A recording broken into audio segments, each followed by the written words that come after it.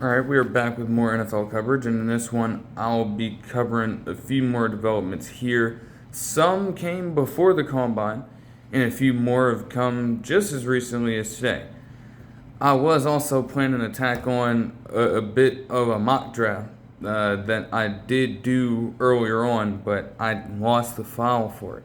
So I may try to run it again at some point and just do it live to get that out.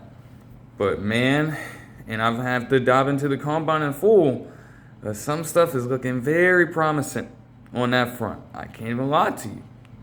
Some of these teams, if you aren't seriously in need of a quarterback at other positions, oh man, it's looking pretty fucking good right now, to say the least.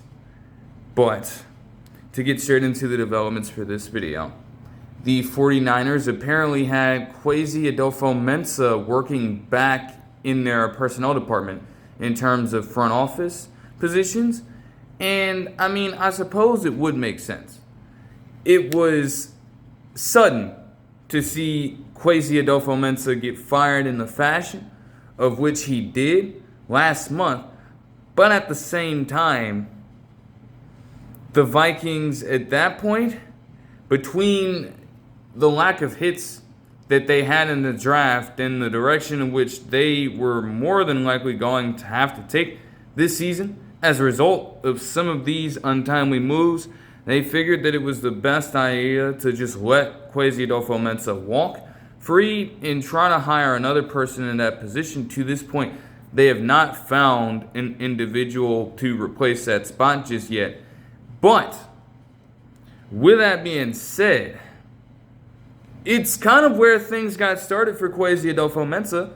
You know, as we were looking through and hearing about the background for his NFL career up to that point, he'd come over from a front office position with the 49ers, I believe, as an assistant to the general manager, and then took on the general manager role for Minnesota for the last few years. So to go back to where it all started for him does make some sense. And honestly, maybe in that space, he can reassert himself as a guy to, I guess, look for in terms of future general managers down the line. Like, him getting fired doesn't mean, and did not at the time mean, I should say, that he was just never going to get that opportunity again. No, there's always room for him to work back towards it. And the 49ers, in their case, they have a lot of crucial decisions to make themselves. Any kind of help that you can recruit from any trusted place, and I believe that with a previous connection, with John Lynch still being a core staple of that overall ownership group and front office group, there is not much love lost between those two at all. Like, they're going to be just fine in terms of a relationship with each other. So the partnership is definitely mutual. I'd be interested to see how the 49ers work this out completely. Of course, it hasn't been made official yet, and the report initially from Adam Schefter, along with most of these other ones being from Adam Schefter as well, initially they said that, hey, while this isn't a name now, they plan to give him a true label and a true job as we continue to move along. That could be right before the draft, that could be after the draft. No matter how you slice it, he's going to be back in San Francisco for some time. So again, to reestablish what he'd previously been doing and maybe get himself another look as a rejuvenated general manager of sorts, getting back under the system of which he was once acquainted to. It's not a bad idea at all for him. The Broncos would hire former Colorado defensive coordinator Robert Livingston as defensive passing game coordinator. And to be honest, I mean, this should be totally fine. Like, we understand how good the defense overall was for the Broncos last season. It goes without saying. No matter who comes in at the defensive coordinator spot at a particular position in terms of coaching, they have the personnel as it stands to carry over that momentum into the next season moving forward. We're dealing with a man named Patrick Surtain who won Defensive Player of the Year in 2024. You have Raleigh Moss alongside him. You have a young corner in Jahdae Barron potentially being able to hold it down in the slot. And not to mention other guys on the back end like a Jaquan McMillian and occasionally PJ Locke III being resourceful safeties and corners for their part and their contribution to the team to not create a true no-fly zone replicate in honor of that 2015 Broncos defense that did go on to win the Super Bowl, and that's where a lot of the parallels came in for this year. If you were a Broncos fan, were feeling that way throughout the entire season. You know, having those kinds of parallels and those flashbacks to that scorching hot defense with that lockdown defensive back room and that just terrorizing edge rush, especially with Von Miller in his fucking prime. So they have the defensive personnel to sustain any kind of change, but to be honest,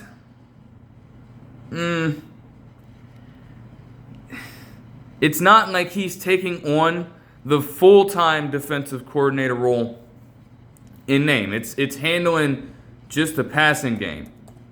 And again, you know, carrying out that kind of execution in the pros is going to carry a lot more weight. When you look at the Broncos, for example, overall, man, their passing offense, or passing defense rather, was truly great. Like, they did not allow a single, well, outside of the Colts game, they didn't allow a single 300-yard game at all. And in fact, there were multiple occasions here where they were able to force just some of the worst gameplay by these quarterbacks imaginable. Like, you can do whatever you want with the fact that at the time of them playing the Bengals, it was really Jake Browning in that lineup. So you can do with that what you will. And yes, they did also set the record for net negative passing yards in terms of facing off against the Jets in that horrible London game back in week 6. Hey, it's just automatic clamps every single time those guys touch the field. So that fact can't get lost on people. But at the same time, if you watch any shred of Colorado football and you saw that this man was the defensive coordinator throughout the year, you can understand why there would be cause for concern amongst some people. Like, it never ceased to amaze me just how many times the Colorado defense found ways to get worse throughout the season.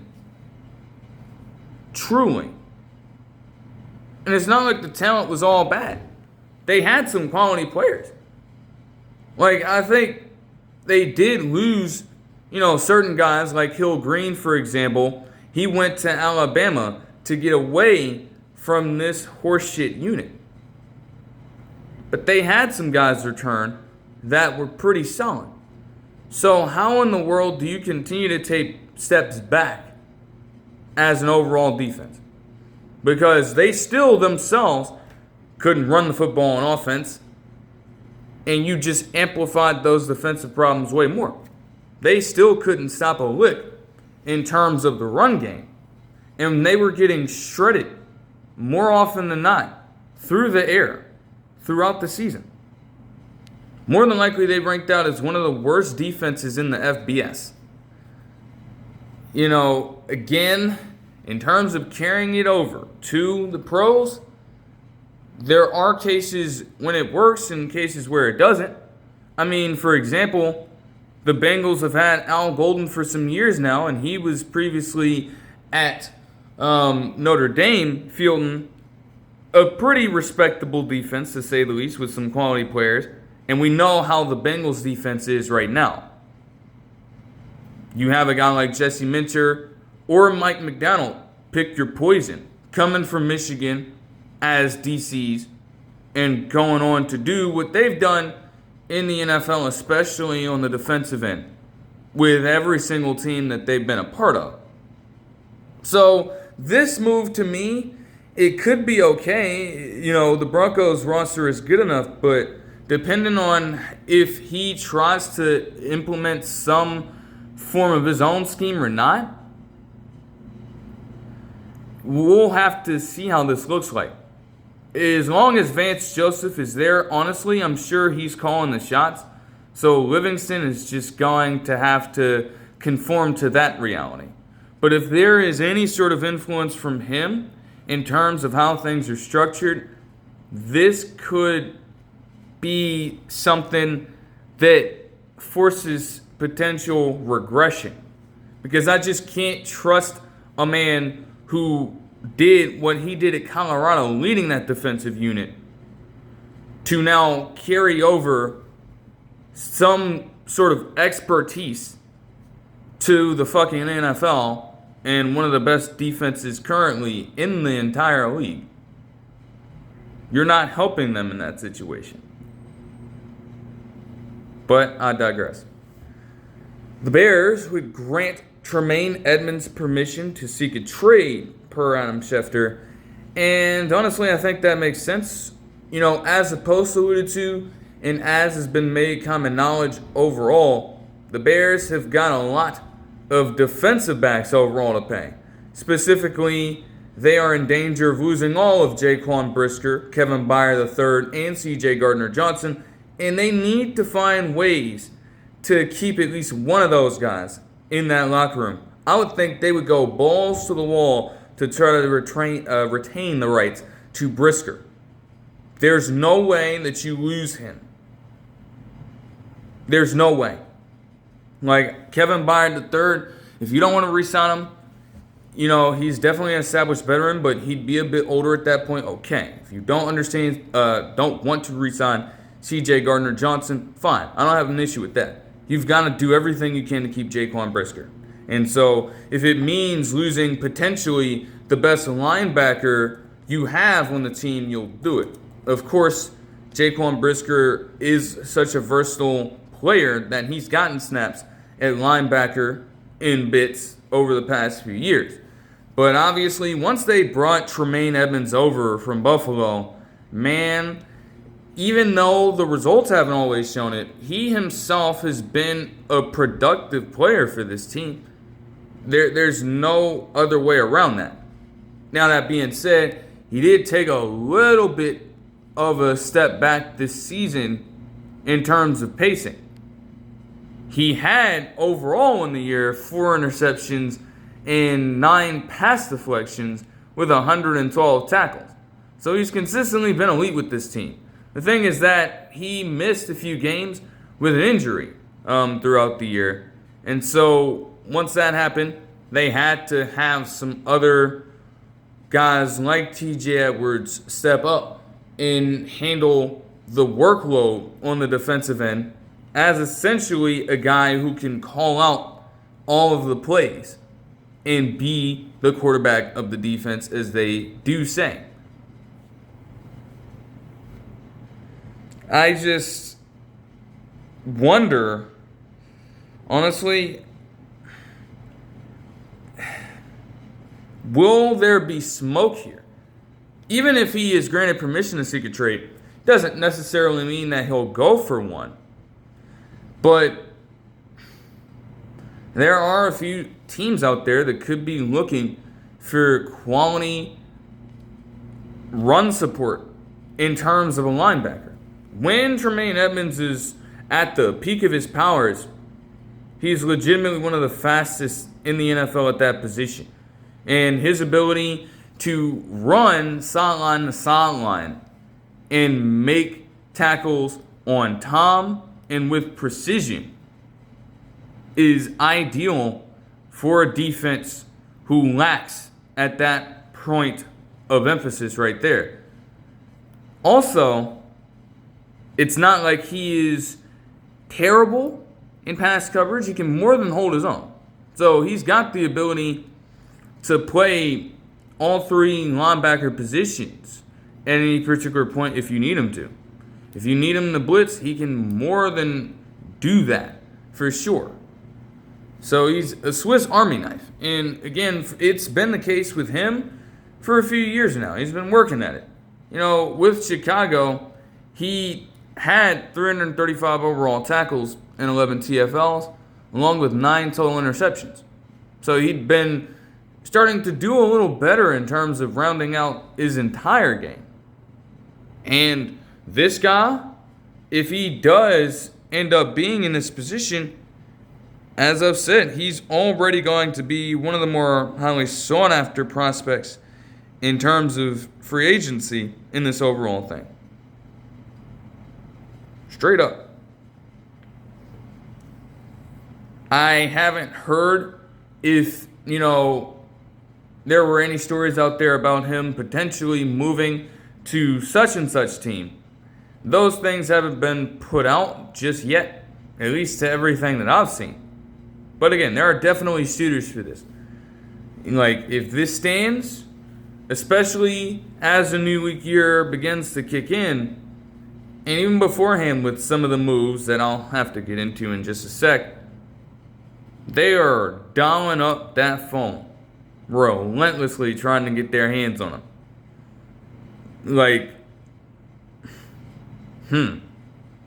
There are a lot of good options.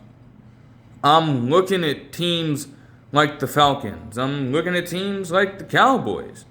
I'm looking at teams like the Eagles, who are apparently in danger of losing Nakobe Dean per a different report that I laid witness to when I was just trying to search up different information for this particular video.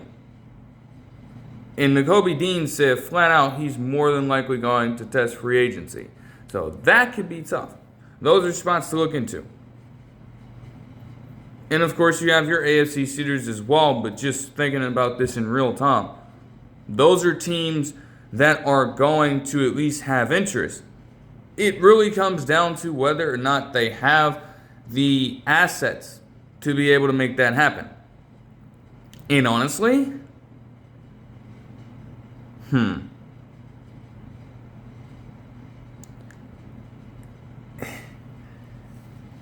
It's a little tricky. Like, all of them do, in a way, have some resources that they could just fork over and send over in a proverbial trade. But again, are they willing to part those kinds of ways in that moment? It's not a guarantee. Nothing really is. But we will more than just be willing to find out what happens there. Let me see. Okay. The Texans would fire quarterback coach Jerrod Johnson as well. And then we have our first trade of the overall cycle leading up to the new league year, or the start of the new league year, as a few days back, per Adam Schefter, the Jets would trade Jermaine Johnson II to the Titans in exchange for defensive tackle T'Vondre Sweat. And what I was saying about this then, I think still applies now, because I was reviewing it in my own mind as soon as I saw the trade. And of course, I never addressed it in real time. But my thought process is this.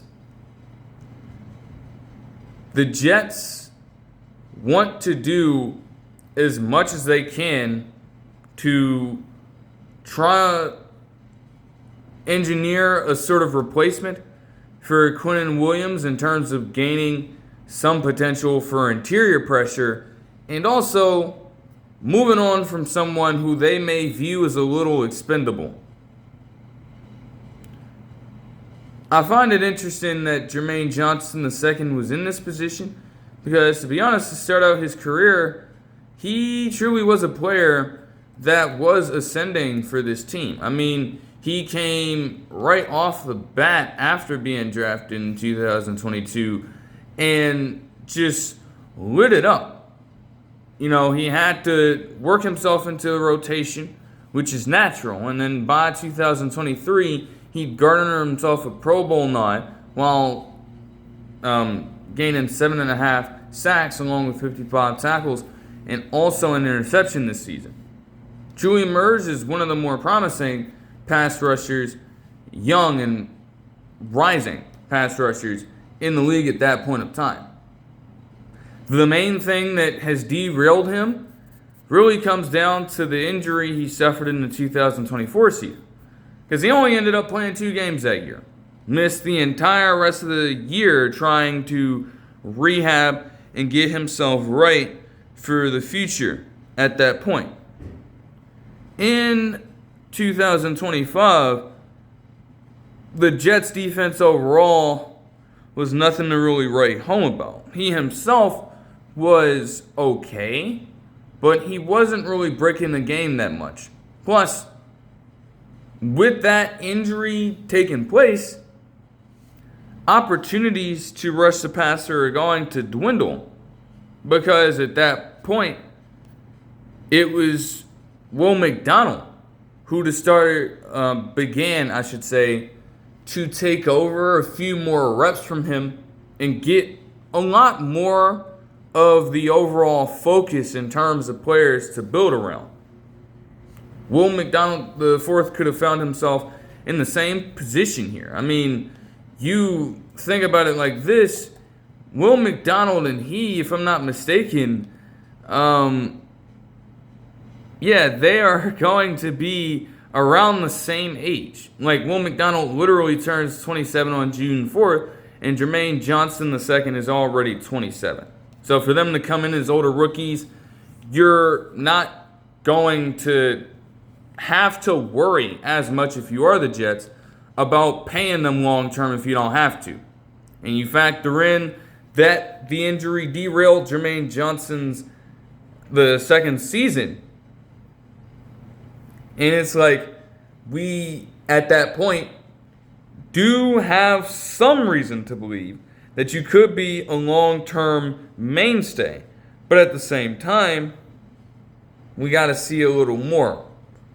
We aren't obligated to do it. And they said as much with the latter decision. Once they decided to let him move on and seek a trade, that was that. I think from the Titans' perspective, getting Jermaine Johnson II back is honestly pretty good, objectively speaking. Of course, the Titans' defense overall took a massive decline. I mean, on the one end, you could look at the fact that, okay, offense isn't really contributing that much on a week-to-week basis, so the defense is going to be out there all the time and yada, yada, yada. Like, that's fair. But at the same time, a lot of star talent was lost due to injury or other means. L'Jarius Sneed, for example, missed a good chunk of the first half of the season. Quandre Diggs was out for some time. They had to, bring in a depleted Jamal Adams to try to shore that up, and that didn't end up panning out. Not to mention losing Harold Landry the third in the offseason as well to the Pats. Ended up costing them mightily. It was really just Jeffrey Simmons out here by his dolo, trying his hardest to generate a consistent pass rush. And nobody else could complement that whatsoever. Now, again, Jermaine Johnson II is going to be one of the older players at this point. But he's still in a position to where he can serve as a guy who may complement and can learn from Jeffrey Simmons really well in that system. Like, it's not something that I would expect to start working right away, but there's a high chance of it. And the Titans at this point, compared to everything else that they've been through over the past few years, they would much rather take their chances on a guy who did deal with this injury than try to resort to other methods and rely on other players that just aren't even all that good at their positions to warrant quality reps and time in the NFL. But as for the Jets here, getting T'Vondre Sweat back also isn't a good idea. And from them, I think that it's a matter of just really potential availability. T'Vondre Sweat, this is just his second year, and he'll be 25 in July, but he's appeared in most of his games to this point. And while he did take a bit of a regression after missing 5 games last season, he was still able to put up 2 sacks, 34 tackles, and also force a pass deflection this season. Definitely a guy that can provide run support for them. And at least in terms of the way how some of these stunts go, at the very least, put enough pressure on an opposing quarterback to just scare them, even if ever so slightly that was the case. As long as you can do it, you've got yourself a spot with that roster. The Jets to this point hadn't really done as great of a job trying to fix that issue. And they made the decision to buy into whatever the hell the Colts were selling at the time and give away those top picks for nothing. They decided to do that. This is just one of those latest results about it. But hey, man. At the end of the day, this is a solid player here. And I'd really be interested to see how the Jets use him in this situation, to be honest with you. Hopefully, they don't try to do what Aaron Glenn's head coaching figure did at the time of which he was a Lion and trying to put T'Vondre Sweat, I should say, in the backfield as if he's a fucking fullback and try to do some wild-ass bullshit there. Because, man, at that point, that's just incredibly toxic stuff. Like, you can't do that, man. You just can't. Okay. And the Colts would grant Anthony Richardson Sr. permission to seek a trade. In fact, I think this particular aspect of it was Rappaport and others around the NFL landscape. Apparently, the Vikings had interest in Anthony Richardson Sr. after this news was released.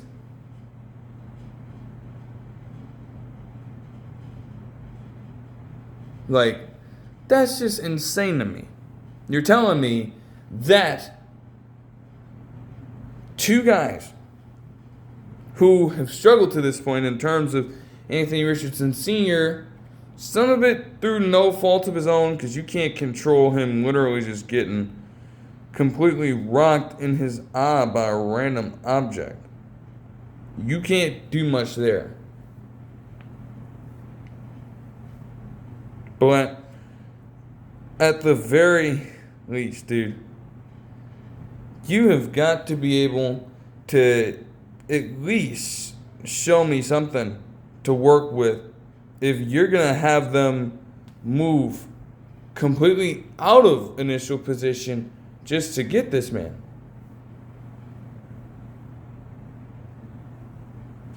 So, man, for Anthony Richardson Sr.'s sake, it might be the best move considering everything that has happened. But only time will tell there. All right, the Cowboys, moving on to them, would make a slew of moves throughout this time. Firstly,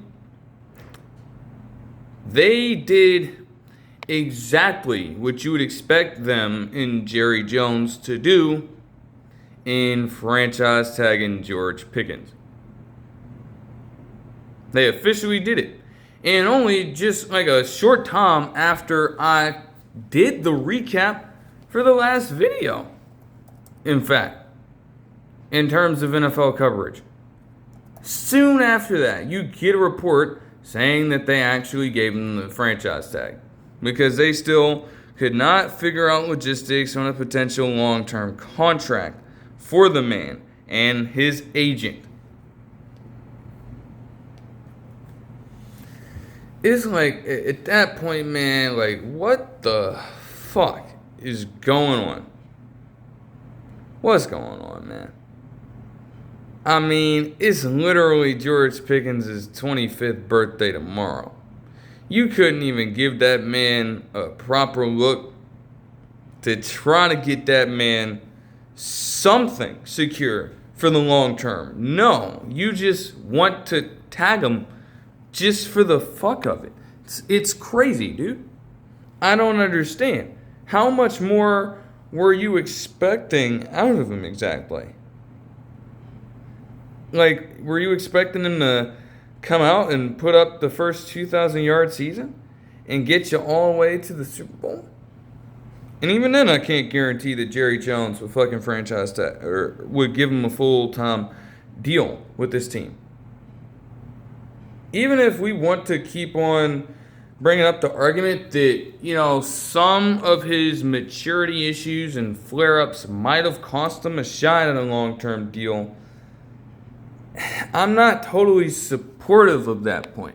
It doesn't help, and honestly, like, if you are Pickens in this situation, you do have to try to work on that stuff in the future. But I don't think that's a driving reason for the Cowboys to look at all that they saw him do on the field and still suggest to themselves that, hey, you know what? We're not going to pay you full time. Like, what? Come on, man. That's crazy talk.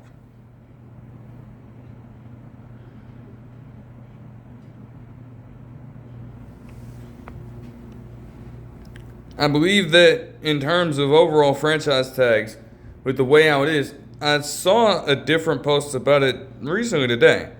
I believe that franchise tags for wide receivers are worth the second most among them all in the NFL currently. That only being behind quarterbacks, of course. And we actually have something for that, but I will get into that later on.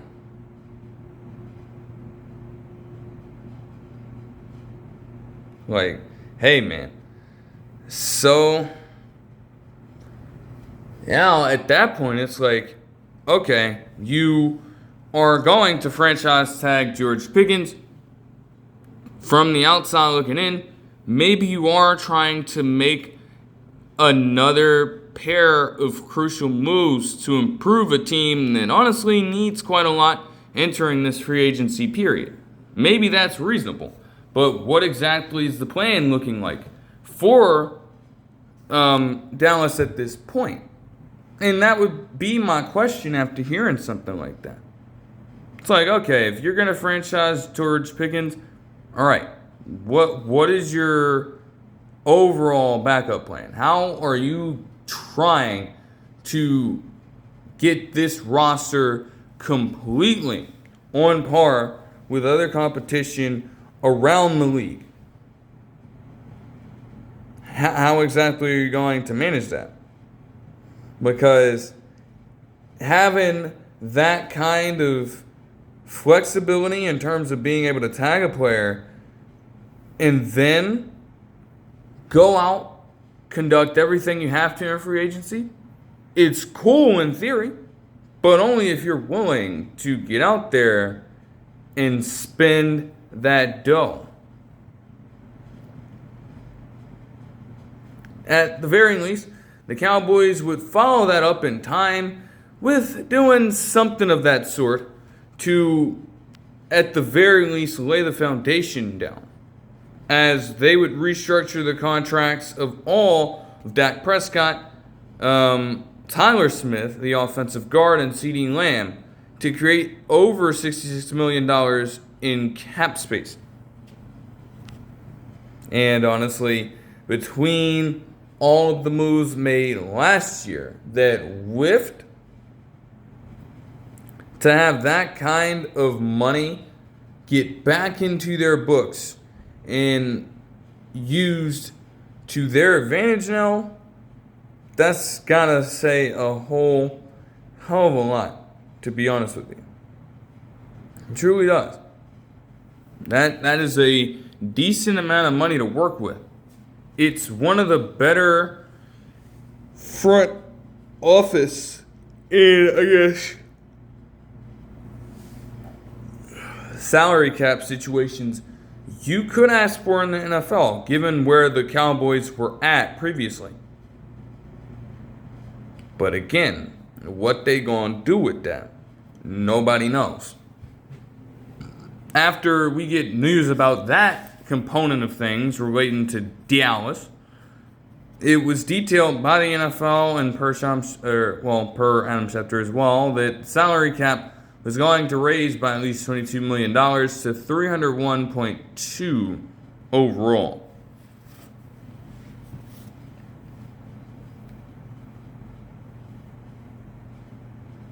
Now, of course, a lot of that can honestly factor in from a combination of things. I mean, yes, overall sales, merchandise, things like that are going to factor into team revenue and everything like that. But in terms of the salary cap raising, that has to deal primarily with the results coming in from the broadcasting of the matches in the entire league on different platforms, whether it be across different networks with deals, whether it be on different streaming services with a few deals here and there. They're making sure that they're raking that money in, and with everything performing so well, they're going to be able to pump out more of those funds over time. So it's a bit of a natural increase to have in a situation like this. It incentivizes teams to potentially spend more if they choose to, but you have to understand how to manage it and manage it well. Otherwise, if you still continue to fall short of reaching that expected projection line, good luck. Good luck trying to find a competent team out there to compete, if that is what you resort towards.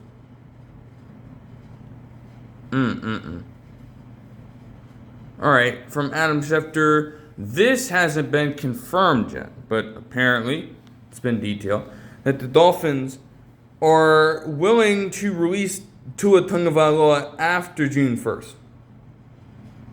Now, of course, that deadline gets brought up a lot, and it has to deal mostly with salary cap space of existing players and athletes to at least make sure that there is no wrongful information, for one, in terms of anything relating to potential moves or things like that. You want to make sure that all that stuff is set, of course, but also in terms of your own money.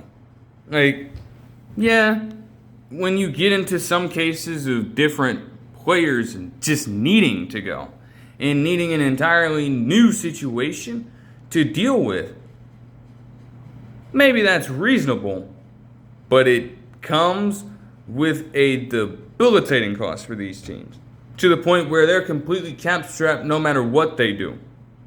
And the Dolphins fit this bill to a fucking T. They are a team that has tried to clear some things up as it was with firing all 4 of Westbrook-Ikhine, Daniels, and Tyreek Hill as well last week. Like, naturally, they cleared it up, but it still didn't do too much.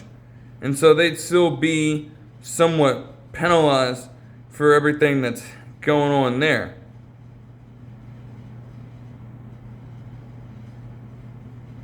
You get into Miami's situation with Tagovailoa, and it's even worse.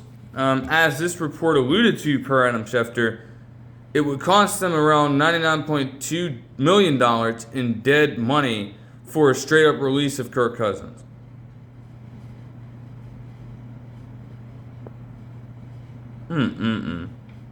Like, that is just crazy to think about. Just think about that for a second. Think about that. $99 million for one man. And again, nobody feels sorry for the Dolphins in this situation.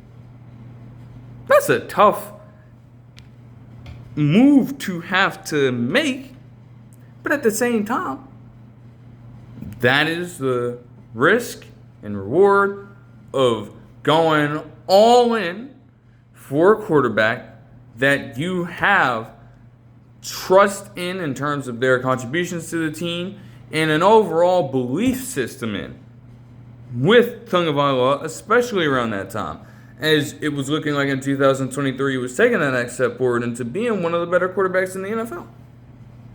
That is the risk that comes with it.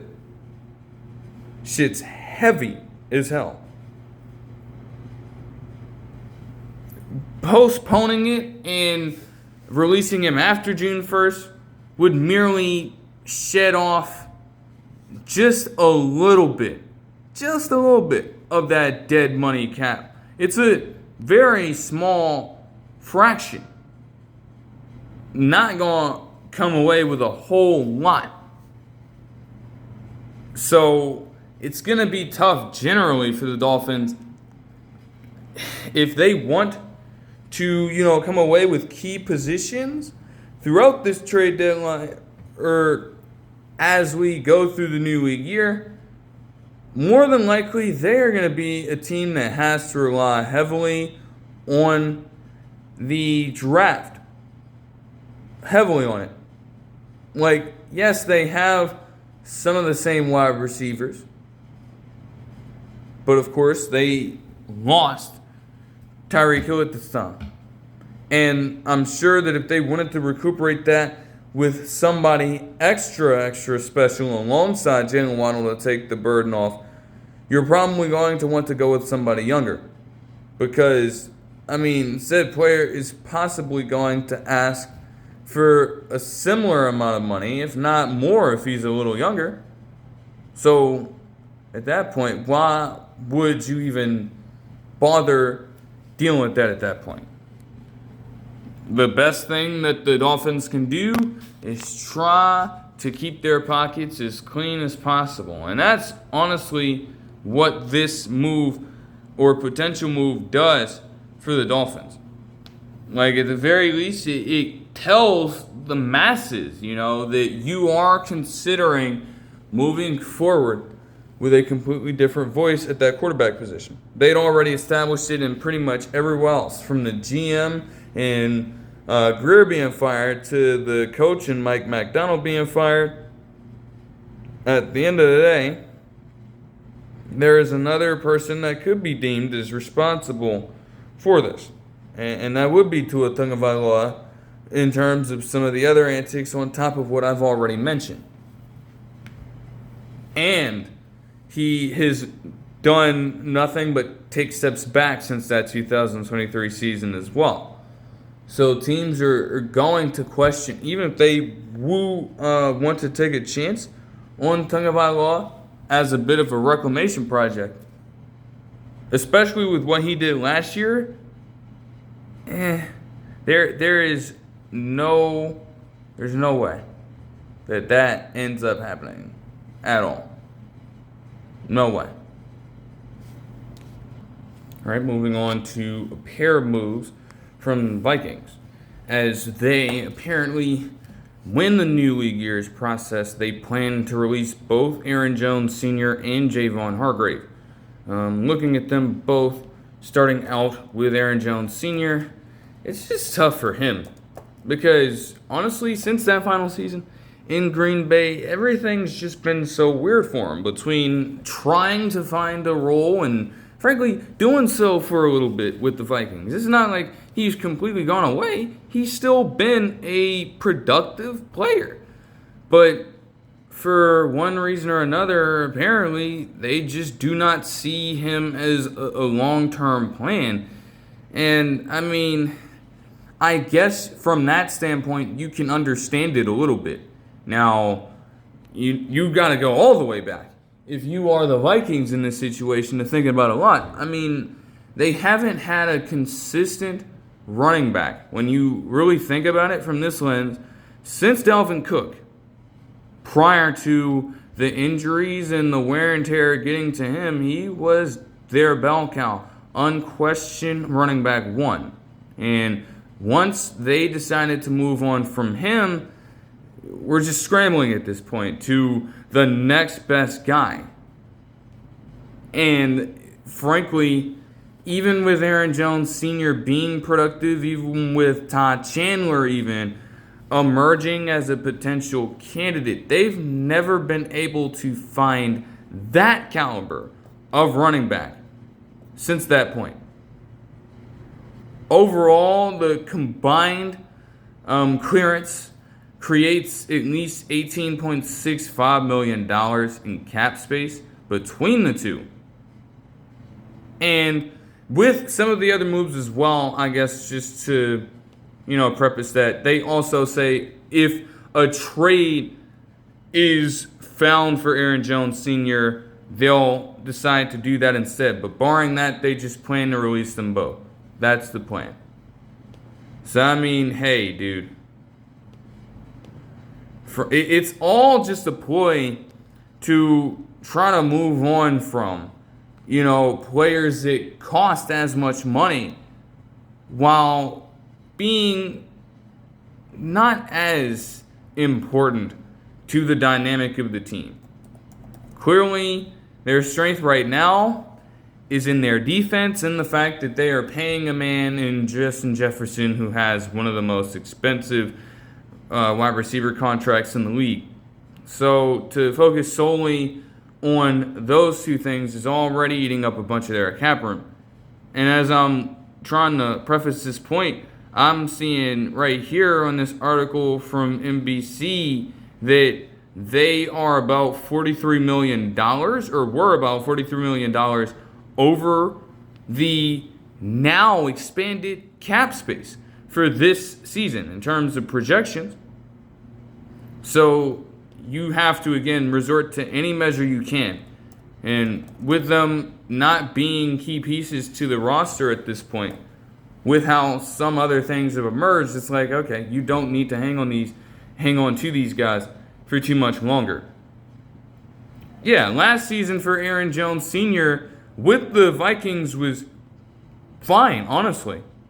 But again, you had to have a guy alongside him who could take the pressure off.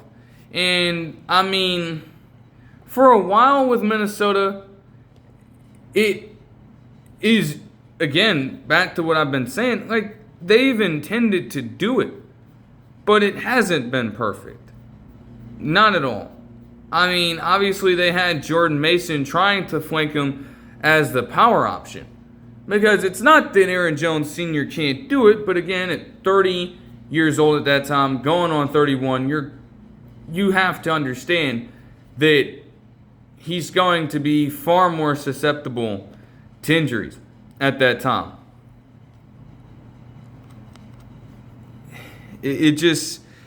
They have not been able to consistently hold it down. Jordan Mason was okay, but I'm sure that even then they were expecting a little bit more. And Aaron Jones Sr. at this point was still taking on majority of the starts at this time, despite being less productive and accounting overall in the year for just 3 touchdowns in 12 games of action. He missed some due to injury. So that starts to settle in for a team, and it starts throwing you into a bunch of different directions at that point. So it came to a head with them deciding to make this move. And then for Javon Hargrave in this situation, looking at him, he'd been in the league at this point for 10 years, and he has been around. Whether it be with him being a Steeler or a 49er or an Eagle, he's been all over the place. And he's, again, been a guy who's capable of performing well in a serviceable role at the defensive line. But, honestly, he's taken a step back over the past few years. He was fine in his Eagles tenure, getting himself a Pro Bowl nod in 2021, and also had a Pro Bowl nod with a 7-sack season in 2023, his first with the 49ers. But after that point, it's just been a downhill slope. Played in just 3 games in 2024 due to injury. And also, even though he started in most of the games in 2025, he didn't really do enough to warrant that kind of job security with the team. 3.5 sacks and 52 tackles, along with 6 quarterback hits, for a guy who had, again, over the past few years, been asserting himself as a guy who can come in and give you a decent pass rushing punch from the inside. It seemed like that took a step back for him this season. And with that falling to the wayside, along with the emergence of Jalen Redmond coming in as a much younger player and having a far greater impact on the team and the overall defense at that point, for them, this decision was a lot easier. The Vikings still have got to figure out a way to supplement their running back position. Maybe Jordan Mason isn't the full answer as an RB1, and maybe he works best in a complementary system, which definitely has been the case for him. But the Vikings, even if it came from an unlikely source in Redmond, they found the answer. A cheaper counter to a man in Javon Hargrave who was underperforming, far below the value of his contract that this team gave him at that point of time. So this is another situation where, again, it's tough for them to make the move, but it's an easy call, to say the least. So, I mean, they've definitely got some more work to do. Of course, building out the offense around Justin Jefferson and getting some competent quarterback play in there, but genuinely trying to do as much as they can to get under the cap before a certain period of time. It's as simple as that. The Chiefs are also a team that is set to release a player prior to the start of the league year. And that is none other than Jawaan Taylor for them. Honestly, I have nothing to say about this. It's already understood how I feel about Jawaan Taylor as a tackle in the league. So honestly, it's good for the Chiefs to be banking this move. It's good for them.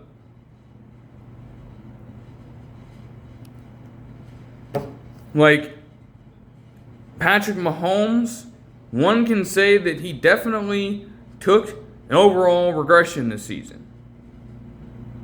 That's just the objective truth. You know, Mahomes has garnered his fair share of praise throughout the year, but we have to be honest about that. He just did not play up to expectation and played far below even the average standard for an NFL quarterback. We can't say that it was all his fault, though, because in terms of pressure, akin to the season where they got shelled in Super Bowl 56, I should say, man, well, 55, rather, because 56 was the Rams and Bengals. I'm tripping. But, yeah, that season, compared to that, this one was probably the most pressure he's dealt with under any of his previous offensive line combinations in his career. And Jawaan Taylor was a huge reason for that. Between the lack of discipline he had, the amount of penalties that this man consistently accounted for to derail some promising Chiefs jobs throughout the year. And it's been like that since he's become a part of this team. Even with all that in mind, season after season after season, he hasn't even really been that good as a blindside blocker. So you take all of that into consideration, you are actively serving as a detriment to this team. And in terms of what they expected him to be, he's not even been close to it. So why should the Chiefs continue to invest in that in a pivotal time? I mean, again, it was one of the worst seasons for the Chiefs in some years. They failed to make the playoffs with a Mahomes-Reed-led team. Kelsey's potentially on his way out of the door. And, you know, you have a lot on your plate at this point. Not to mention all the other stuff that I've referenced with other Chiefs players in previous recaps. There's no reason to keep Jawaan Taylor around anymore. None whatsoever. You can afford to just move on from him. Get yourself a better prospect, honestly. Like, even if you have to go and acquire one late, if you have to acquire a younger NFL talent through free agency with some cleared up cap space, you have the room to do that as well with them clearing up the room for more cap space from restructuring Mahomes' deal. So that's another alternative to look at this through. Because clearly Jawaan Taylor has not even remotely been the answer at this point, man. Not at all. For another trade that will be processed in the new league year, speaking of tackles, the Browns would trade a 5th-round pick to Houston in exchange for Tytus Howard. I find it interesting. I mean, the offensive line for the Texans overall wasn't particularly great, so you're definitely going to be looking to retool it if you're them. If you're the Browns, you aren't giving up much in theory, but I don't know. It's like, clearly, their offensive line, frankly, is old as shit. They are also losing some guys. It was mentioned in other posts. They're like Wyatt Teller, for example, had been entering free agency at that point, or decided to enter free agency after not signing off on coming back. So you have a load of different things going on there. Tytus Howard is probably a little younger than the average of the offensive line. And, you know, maybe you want that in terms of having a veteran presence in that particular unit to get everybody on track. Because, to my thinking, you are looking, honestly, to have that kind of voice in a Browns locker room that is still as dysfunctional as ever. It hasn't always been smooth sailing for Tytus Howard, but especially over the past few seasons, he's played in 16 games in each of them. And you compare that to the durability issues with some of these other offensive linemen on the team, and that definitely goes a long way to have that connection with the overall combination in the quarterback. Understanding that he'll consistently be out there, that could change so much for this offense. But it's going to take more. They've been mocked to get offensive tackles in the draft. And I still honestly would have them taking one in the draft given this move. But they've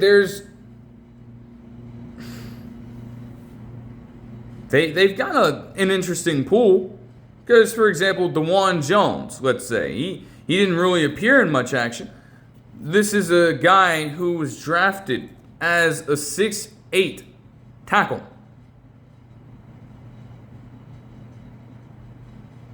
And he has yet to really emerge as a key contributor. His overall usage in the offense has dwindled over the seasons. And honestly, he might have been injured for a majority of this season, which could factor into him playing in just 3 games in this time. So that's going to be a guy, for example, that you're going to want to try to model your game after, or at least learn some tips from to continue improving in the future. And of course, if they do still go the route of drafting a younger offensive tackle at that position, you've got to have somebody in there who understands the ins and outs of that particular assignment. All the nuances. They need to be able to soak that information in. And with every retaining lineman to this point, that's probably how it's going to be. Cam Robinson just can't be trusted. And, of course, with Jones going out, maybe he was never the long-term solution in the first place. But obviously, he's older and far less productive. Tytus Howard has at least been able to hold down the fort on his end. Even with an overall offensive line that was just crumbling around him after losing Laramie Tunsil, their blindside blocker, and having to deal with some younger replacements like Ariante Ursary, for example. So, it's a decent move on both ends. Like, the Browns aren't losing much by sending over a 5th rounder for a solid starting caliber tackle who's a little bit younger compared to their average lineup combination age, but is still productive enough and valuable enough to come right in and contribute accordingly. Like there's absolutely no issue with that on my end. The Bengals would sign Dalton Risner to a 1-year, $5 million contract extension. Like, out of most of the moves here, probably the most, like, nothing burger style move to me. If the problem has been your offensive line for the entire point of Joe Burrow's tenure there, and you've heard all these rumblings of him potentially doing this to get away from the team, you think that the problem is going to be solved by, one, still remaining to be cheap. It's not to say that guards are going to warrant these exorbitant contracts, especially if they're not in the elite range of them. But what the hell do you need to keep Dalton Risner around for an extra year and just pay him $5 million for salary for? What the fuck is the point of that? Like, there's no way. And then the Bengals wonder why they're in the situation that they're in. Like, you're not willing to go out and get quality guard talent, whether that be through the draft or through free agency. And granted, in ways, with you deciding to pay as much money to Joe Burrow, Jamar Chase, and T. Higgins combined per annual salary, that's going to get murky. I understand that.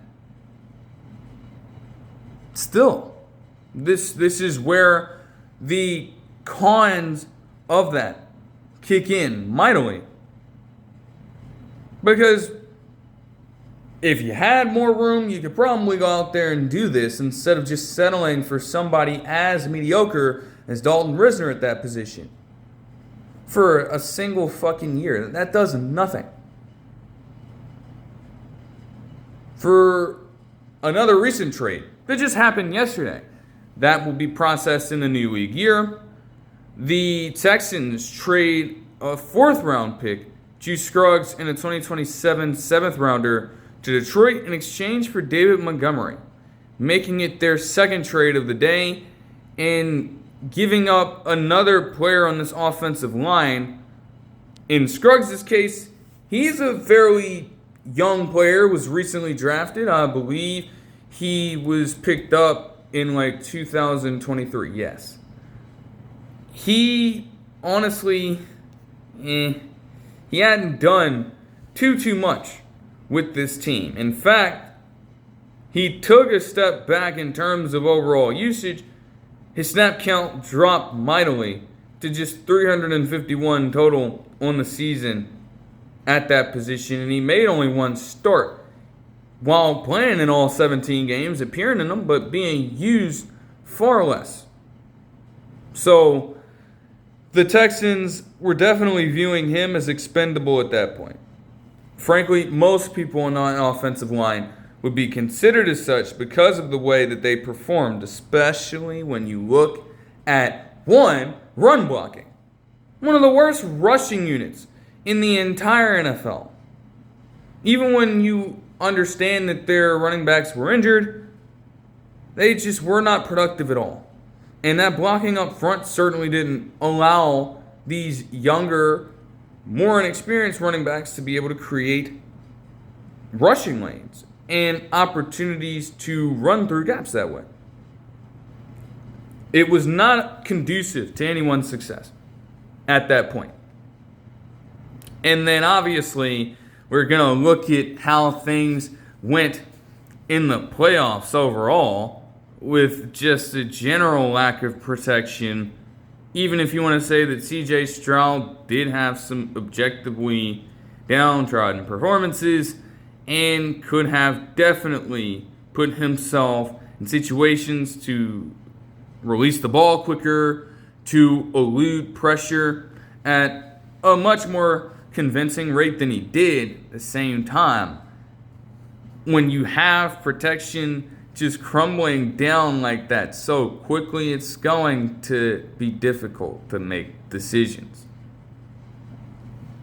And split-second decisions with as much efficiency as you would need.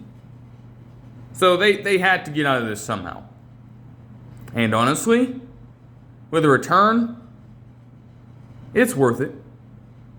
It's worth it. 4th round pick isn't going to be much for the Texans at this point.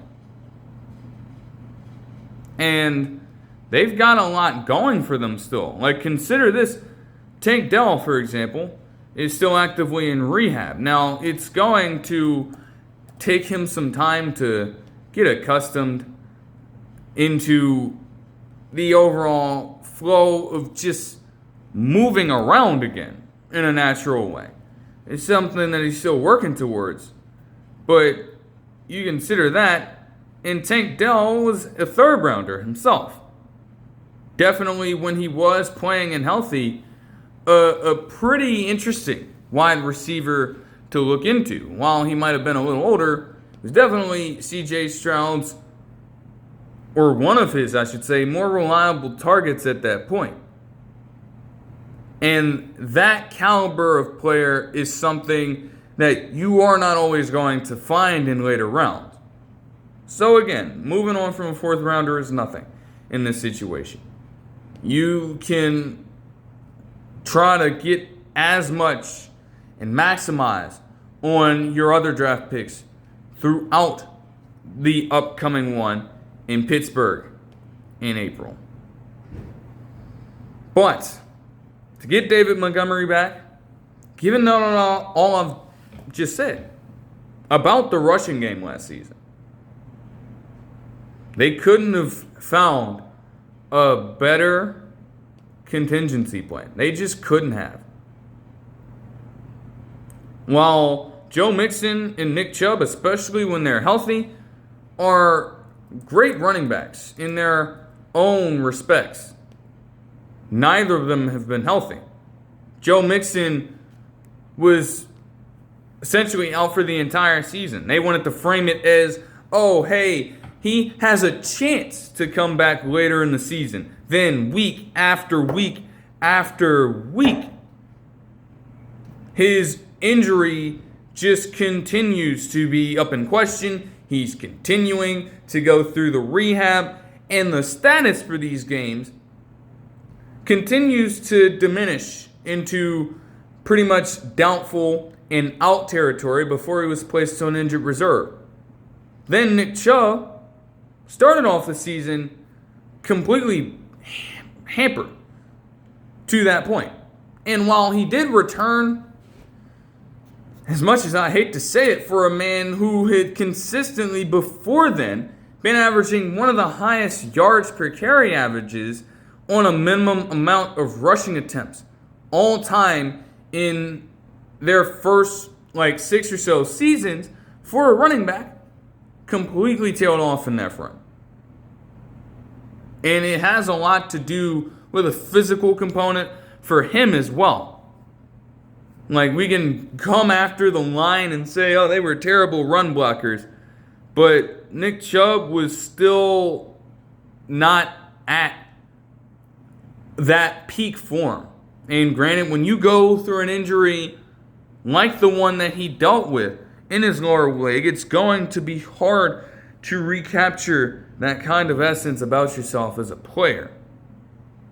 That might have been something to be expected, but it's not something that the Texans at the time wanted to admit. They were trying to go through the course of the season. Their defense was so damn good they could compensate for having all of these other faults elsewhere. So we're just going to ride it until the wheels fall off, they said, and they fucking fell off tremendously. So they were left with no choice but to try to supplement this issue in some way. And they find their answer in David Montgomery. At worst, he can provide for you in the same way that he did in Detroit with Jahmyr Gibbs. The same way that a Blake Corum was starting to do for Los Angeles alongside Kyren Williams. The same way that Zach Charbonnet had been doing for Kenneth Walker III en route to his run as a Super Bowl MVP and legit playoff performer in this postseason. And there are a number of other good examples, like the Falcons, with Bijan Robinson still making as much of a contribution as he has off of his touches while still splitting reps with Tyler Allgeier. Even if you have a running back who can be world class, the way the game is shaped today and has evolved, if you can create a 1-2 punch and have that number 2 be able to take some pressure off, take the load and burden off of your core guy, and provide you with a season where he's going for at least somewhere around 4.5, 5 yards a carry, giving you some solid contributions as a receiver out of the backfield occasionally and being that kind of power force to, work in short yardage, third down, situational territory, third and short, fourth and short, so be it. Those are the kinds of running backs that you want to be able to invest in. And, to this point, it looks like they'll still be retaining the services of Woody Marks. So, to combine Montgomery's power with Woody Marks's just sharp cutting, genuinely, when he's been able to get some holes, he'd been one of the more explosive guys that they could have on their roster. It just was a matter of finding them with him. But with having Montgomery be able to do what Marks can't and fight through that contact repeatedly, be able to take those blows and still move into the next play like it's nothing, take the next carry for a productive enough gain to get them ahead of the sticks. That is the kind of mentality that the Texans need in their system right now. So at worst, you get that value from David Montgomery, which is not a problem. At most, he could be a guy who still serves as a complementary back while taking reps as a number one guy. I don't think that his overall numbers will do him justice. Of course, it's his tenure in Detroit. Like, you're honestly getting a duo that was one of the best, truly. One of the best rushing duos in the NFL. Point blank, period. While they were there. So to lose out on that and put an end to that is definitely tough, and multiple publications have made light of that point. He accounted as a Lion for overall in split reps with Jahmyr Gibbs. In terms of rushing touchdowns, 33, and he didn't have a single receiving touchdown. But again, a lot of that strength came from short yardage situations. He wasn't exactly the de facto number one with just how well versed Jahmyr Gibbs was overall as a talent. But again, having somebody to take that load off is everything in this game when it comes to the rushing attack. Especially as you're looking for guys who are more compact. Like, the breed isn't totally gone, but with what some people have said already, it does make things interesting. In that Derrick Henry, in terms of the large, towering, bruising running back in the NFL, it is probably on the decline and nearing extinction.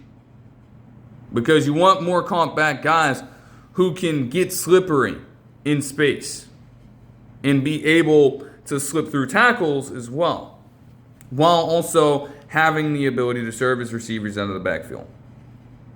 And honestly, if you are in a situation where Montgomery becomes the main rusher, then you can have Woody Marks make the most of that dynamic, explosive play out in space. Put him where he's best at. Let him go to work as a receiver out of the backfield. And he will fucking cook from there. Genuinely. When Montgomery has been a guy who's somewhat led an offense, you have to go all the way back to his season in 2020 with Chicago, where he had 1,070 yards on the ground. And outside of that 2023 Detroit season, he hasn't put up another 1,000-yard year. But again, that's just nitpicking. Like, he is a truly valuable person to have as a part of this roster. Apparently, they thought, the Lions at the time, that Montgomery, they wanted to keep him around. They really wanted to. But it was a matter of potentially being too expensive, and considering that you have multiple people up for contract, like Jahmyr Gibbs, yeah, you're probably going to be favoring paying him that kind of money.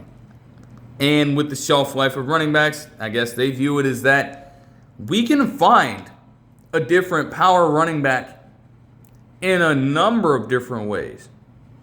No need to have David Montgomery around if he's going to cost us that much money. As a matter of fact, even in a weaker draft class for running backs outside of potentially the Notre Dame running backs in Jeremiah Love and Jadarian Price, and also with how Mike Washington Jr. from Arkansas performed at the Combine, we can find somebody like that in this fucking draft. Why the fuck not? But it's genuinely a good move for the Texans. I don't have an issue with that at all. The Commanders, tough one here. Absolutely. They are set to release Marshon Lattimore before the new league year to save $18.5 million in cap space. It's just a move that generally failed. It is not a reflection of who Marshon Lattimore is as a player. I'll say that right now. I will go out the bat for Marshon Lattimore on this. He is still a player who can be a productive corner in this league. He is still a star talent to have on your roster. And any team in need of a cornerback would love to have him on their roster. But you have to understand where the Commanders are coming from. As a player who needed to be depended on as the de facto number one in a younger defense, looking to build up young corners over the long haul and be in win now mode, they didn't come close via all the injuries that took place. Marshon Lattimore suffered a good amount of them and missed substantial time last season, while also being a player who took a little bit of a regression. It's like, yes, he's a good player, but man, even when he's healthy and playing, there are times out there where it felt like Marshon Lattimore was just unplayable at times and didn't even need to see the field for them, because the impact that he was supposed to have all of a sudden just started dwindling completely into where he became damn near a liability in some of these games. Then you get the injury that took him out for the season. And that had been the red flag overall over the past few years for him. He hadn't played in more or like 16 games or so. He hadn't played in a full season since 2021. And unfortunately for him, with that injury, that trend continued. He played 9 games in back-to-back seasons between the Saints and the Commanders. You hope he gets healthier.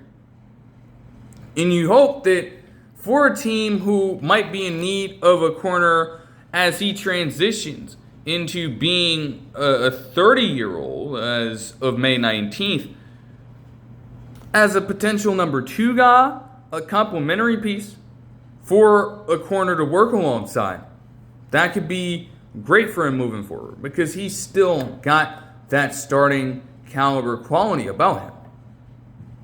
But that is health abiding. And in a league defined by that so much, at the first glance of something like that, they'll be willing to remove a player. Hell, the Saints decided to do so despite understanding how important he was to the team.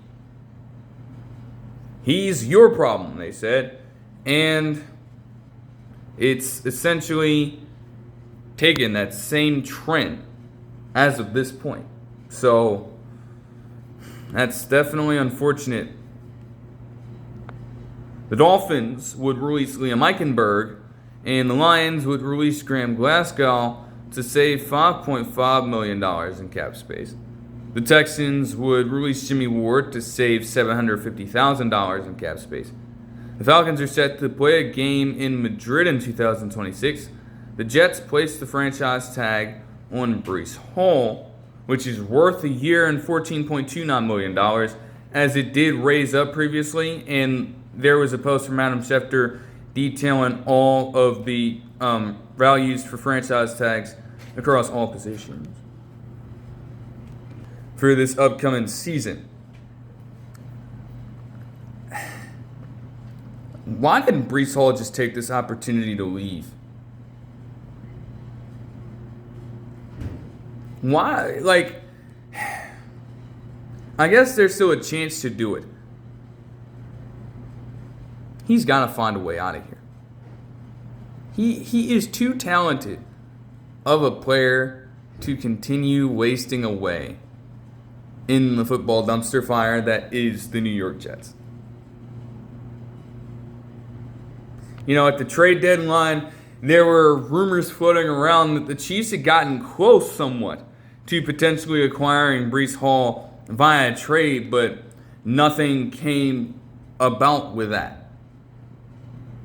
I'm still looking at this in the offseason, if I'm both teams, and I'm potentially exploring that. I'm not gonna lie, you've got to figure something out. Because there's got to be a way to free Breece Hall from this shit. Genuinely. In all seriousness, though, the post from Adam Schefter also detailed that this tag could be more of a placeholder. The Jets are still willing to negotiate with him over a potential long-term deal. So it's not like the Jets are just completely trying to move on from him, even if his headspace might be completely different if you ask him. They want to try to work things out. They want to see if they can retain his services for the long haul. But as of this moment, they haven't come to a general conclusion about that. So they're still trying to work towards it and get things done there. The Vikings, per a post from Adam Schefter as well, are apparently open to trading Jonathan Greenard. Doesn't mean that they will, but again, referencing just how far below, just how deep in they are to this shit. They have to find a way to get under it. They have to find a way to get under that limit for the salary cap. So Greenard's contract, even though he's been a valuable player to this team and the way this defense operates, man, you got to be able to cut costs somewhere. You have to be. It's not a guarantee that they will do it, but with this stuff emerging, they just have to explore every single option. I would hope and imagine that he'd be able to come back, though. I will say that, to his credit. Like, he's genuinely too good of a player for them, specifically. After getting him from the Texans for Danielle Hunter, which you could consider a win-win move for both teams. Like, bro, why would you want to just lose him? And, you know, in terms of trades, I genuinely be curious to see who they trade for him. If it did have to come down to that. But I don't know right now. The Colts would place a transition tag on Daniel Jones today. That is worth $37.83 million. It's in the same umbrella of a franchise tag, but it's about $6 million less than that. And it gives Daniel Jones a chance to enter free agency and have a team match the offer on their own end. Definitely interesting to learn about that. I've never heard of a transition tag before this moment.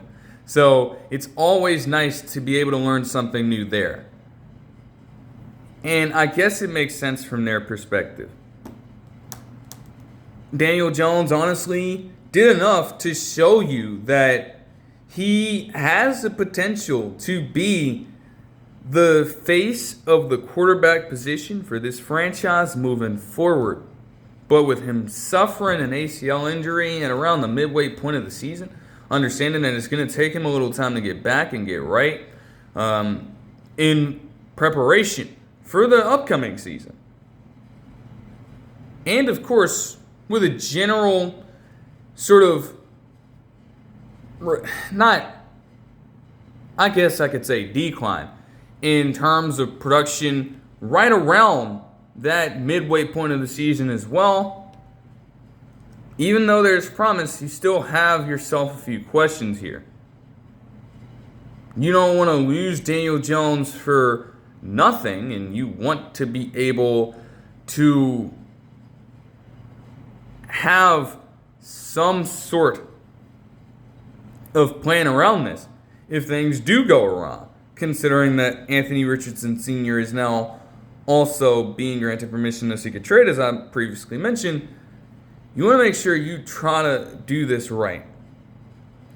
And it's definitely a lot of money to commit to one player.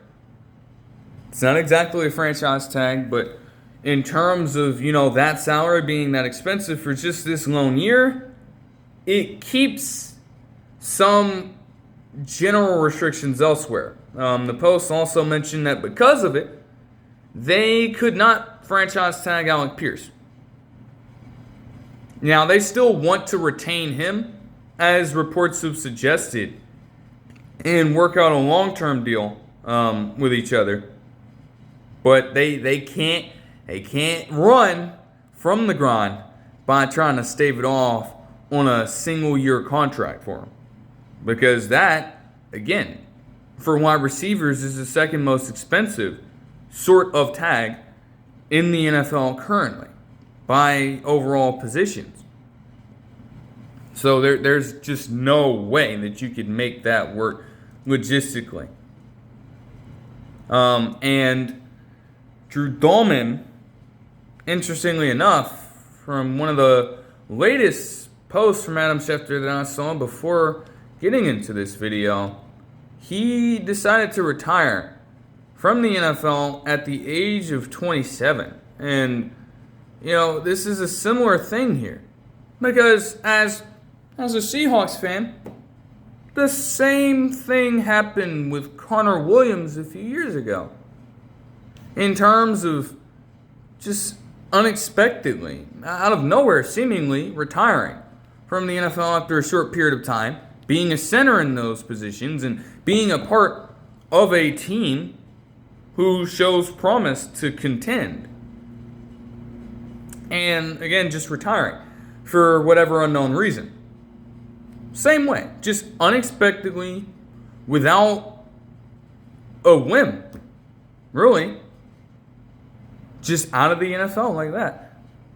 We don't know about those decisions. We still don't know why Connor Williams decided to hang up the cleats so soon. And maybe it's something that we'll never know, but you would just hope that everything is all right with him at this point. And if he does decide to move into a different venture, you definitely wish him nothing but the best moving forward. I don't really know what much to say because, it's not a lot of context being provided, but this is exactly like the Connor Williams retirement for the Seahawks. Exactly like it. One of the first things I thought about when I saw this. So I really don't know what's going on, but, hopefully everything is okay. Hopefully. Genuinely, man. And then for a couple of other players who were slated to potentially be franchise tagged and yet weren't because the deadline was at 4 p.m. today. For one, the Seahawks would not use a franchise tag on Kenneth Walker III, which isn't a surprise to me. As I've understood to this point, being a Seahawks fan for all this time, and as other people have stated with different things that I've looked at over the course of that time, after looking at that initial Adam Schefter post, when is the last time that you've ever, since John Schneider has been the general manager, when has he ever decided to use the franchise tag on a player? When has he ever done that? I couldn't name you a time. And if anybody can name a time out there, it's probably something so incredibly rare. It almost never happens. If they're going to keep the rights to Kenneth Walker III, which I have reason to believe that they will, they're going to pay the man. And apparently, with some of the recent developments in the combine and everything, apparently, per Adam Schefter, there was a statement that essentially he could be willing to work Kenneth Walker III with a contract of at least like $10 million per year. If it came down to that, he may be looking more for $15 million on average, which would make him one of the higher paid running backs in the NFL, at least the third highest. So, it's an interesting conversation to have, but I have faith that they'll find a way to retain his services. Like, I'm not too worried about that from that sense. What more people, honestly, I can't say that. I can't say that. Because, honestly, we expected this to happen. With the Bengals not being able to franchise tag Trey Hendrickson officially per Adam Schefter and him being set to become an unrestricted free agent. We all understood that was going to happen after a while. You kept on denying the man the right to get his fucking money. And you wanted to keep him around for these short-term deals like he wasn't the most important defensive player that you had. And that still reigned true this season. And the overall defense was still so debilitating. Like, it was to the point where essentially Joe Burrow needed to be that crutch again in the same fashion that it was like last season. Only thing is, you didn't have him for a good stretch of around 3 months or so because of an injury. Then when the time came for him to re-enter, your defense had played so terribly up to that point, and you dropped some important games over that course of time, especially with some lackluster offensive play too. Let's not forget the Isaiah Rodgers Sr. masterclass that he single-handedly put together against the Bengals en route to that 48-10 win for Minnesota last season, right? But defense most certainly didn't help overall. And it left them in yet another situation where Joe Burrow had to play fucking catch up to try to get this team into playoff contention yet again. And like the last season, before last year, they came up short again. What the fuck did you expect to happen? I'm not surprised about this in any sense. And I truly hope that Trey Hendrickson does decide to find a different home. Stop putting your faith in this team, because from everything we've seen and heard from them in regards to this Trey Hendrickson situation alone, and others can join with it, you clearly aren't putting enough trust in him for some reason. And again, you're seeing what he's doing. regardless of how cheap you want to be, regardless of you looking simply at how old he is and thinking that he still doesn't have more in the tank, he's still going out there and proving to you that he does, and you still aren't taking him fucking seriously. So what more does he have to fucking do for you to understand just how much he is worth to this roster? His surfaces are better utilized elsewhere. If you're just going to keep on playing that fucking game with him. Like, it's not worth it at that point. Genuinely. It's a waste of his fucking time. And he deserves better than that as a core player. Dead serious. Like, the fuck are we actually doing? Also, per a report from Adam Schefter, the Cardinals are expected to release Kyler Murray prior to the start of the new league year, barring a trade as well. That is also another situation where when you heard all of the talk surrounding it, it felt like a foregone conclusion after a while. You know, it's unfortunate for a man who had once been hailed as the franchise guy for the team. And this is at the very year after they drafted Josh Rosen. The very year after they did that dumb shit. Okay? It looked as if for a while he was going to be that guy. But between the stagnation, really, from Kyler Murray, he had a very slow start to this season before the injuries as well. And, you know, with a team just really struggling in general, they had to come to a conclusion, unfortunately, that this era, if you even want to call it that, of Cardinals football wasn't even remotely successful enough. They had to punt on it. And, you know, with moving on from Kyler Murray potentially in the situation via a trade or via release, regardless of how much it's going to cost them via a cap hit, and oh, believe me, it is not going to hurt them nearly as much as it will with a few other teams. Like, I heard some crazy shit about how much it would cost the Browns to release Deshaun Watson. And granted, he got the fully guaranteed contract while actively regressing year after year with that team and dealing with similar injuries. Like, Kyler Murray's not even going to be as remotely expensive as Deshaun Watson's $130 million penalty against the cap. $130+ million in penalties against the cap just this season for that man. You don't have to worry about anything like that with Kyler Murray. We're not nearing that range. But you still want to be able to, honestly, come away with something in this.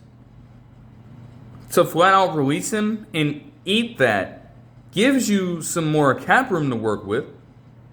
But you invested, literally, the top overall pick in this man. And to, you know, come from being one of the more highly valued quarterbacks in the NFL, a rising star, to now being viewed as just another, like, player, another general player in this thing, and not even get treated with a similar respect. It's a hard route to be taking at that point. There are a number of different teams looking for a quarterback at this point, and Kyler Murray could be of good use to them in the right system. As we've seen, it's never impossible to turn it around, but man, looks like for Kyler Murray, he's going to have to try to initiate that elsewhere. But that'll do it for this video. I hope you guys enjoyed the video, and I'll see you guys in the next one. Peace.